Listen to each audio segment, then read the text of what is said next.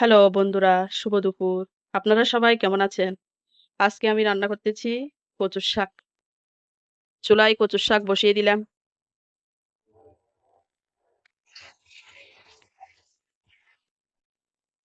১ glass জল দিয়ে দেব।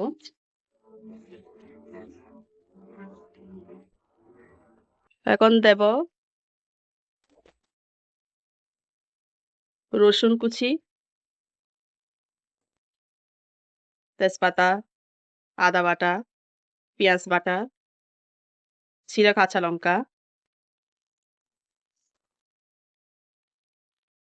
দেব এখন হলুদ, ধনিয়া গুঁড়া, লঙ্কা।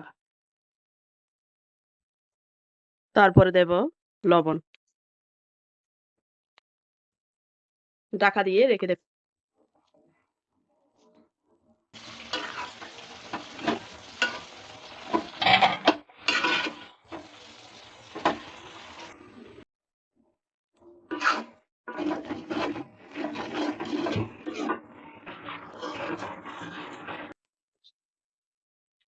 একটু তেঁতুল দিয়ে দেব।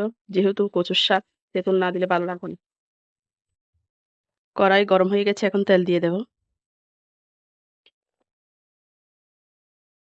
এখন শুটকি দিয়ে দেব।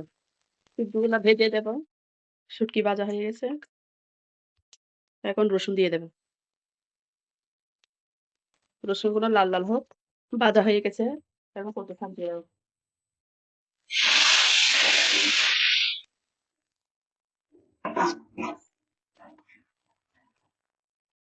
এখন ধনিয়া পাতা দিয়ে দেব।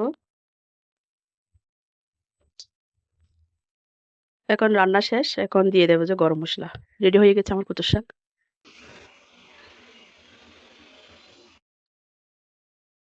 আর কিছু